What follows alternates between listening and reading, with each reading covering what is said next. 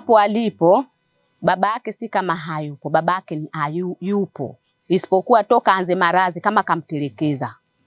Paka sasa hivi jamaa zake wako hapa upande wa baba, na baba yake anakaa hapo Kitope Mwembe Majogoo anapokaa babake, lakini hataki ratiba yoyote kusikia kama huyu mtoto haja mchukue au anaumwa, hataki kiufupi kumtembelea.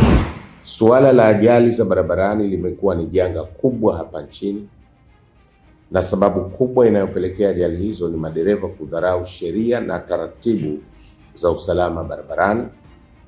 Hivyo serikali kwa kutambua umuhimu wa suala hili imeiagiza Wizara ya Ujenzi na Uchukuzi kuhakikisha tunaweka kamera za barabarani ambazo zitasaidia kuchukua makosa kama mataifa mengine yaliyoendelea yanavyofanya. Hali gani mtazamaji wa Asam Online TV? Ripoti za Asam Online TV, tumefika wilaya Magharibi Unguja, Mwerapongwe, ambapo tunaenda kwenye familia ya Bi Jamila, ambapo familia hiyo ina kijana wa miaka 36 ambapo amepatwa na maradhi ya kuanguka tangu akiwa na miaka 14. Lakini leo mwenyeji wetu Bi Jamila ana lipi la kuzungumza kuhusu kijana wake na lipi ambalo anataka kueleza wanajamii kuhusiana na mchango wake katika kumsaidia kijana Pajero. Hizi ni ripoti za Asam Online TV. Jina langu ni Hawa Jafar Hamis, lakini nyuma ya kamera ni Amrat Kombo. Jamila Amiri, nakaa Mwerapongwe.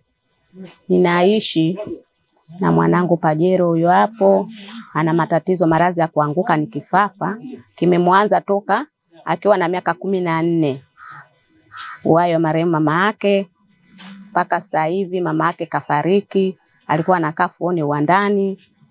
Kwa hiyo alipofariki kabini nikafanyaje, nikaenda kumchukua kwa sababu mtu wa kukaa naye hayupo.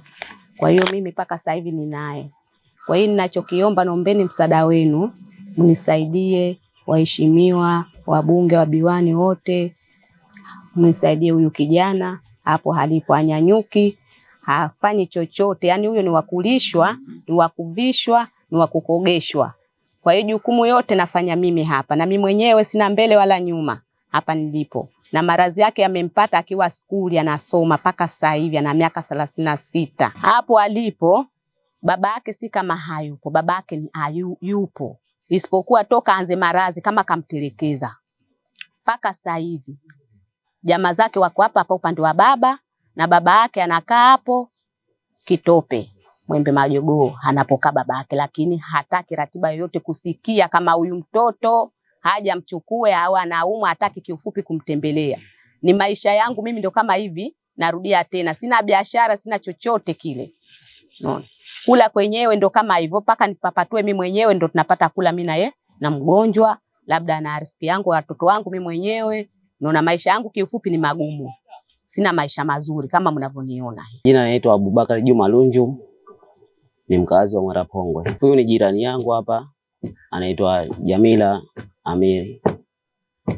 Kwa mazingira ambayo ya kuhusu kijana huyu Pajero, ni kama mlivyoona hali yake sio nzuri. Ina maana kulikuwa kunahitajika msaada wa mama kusaidia, kwa sababu yuko peke yake, anaishi na hana mume na ana familia ya watoto wawili. Kwa hiyo kupitia kwa naomba wasaidie huyu mama.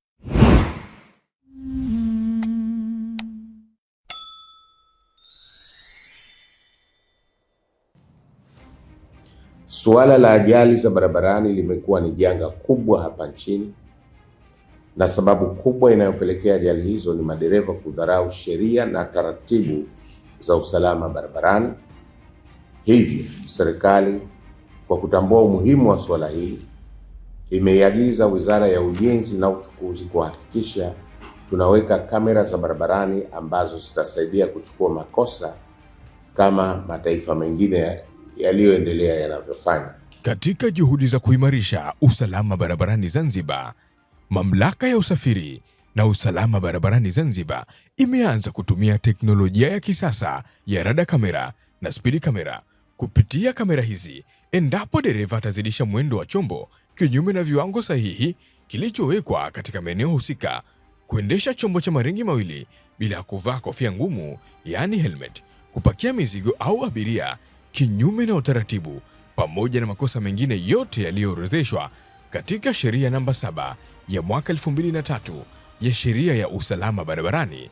Kamera hizi zitarekodi makosa, muda, eneo pamoja na nambari ya usajili ya chombo. Kisha mfumo utatuma ujumbe kwa mmiliki wa chombo kupitia simu ya mkononi baada ya kufanya kosa, pamoja na nambari ya malipo, yaani control number anayotakiwa kulipia si zaidi ya siku 14. Mamlaka inawasisitiza wananchi wote wa Zanzibar kubadilisha umiliki wa vyombo vya moto mara tu baada ya mauziano, kwani faini hutozwa kwa jina la mmiliki aliyesajiliwa katika mfumo na kadi ya chombo.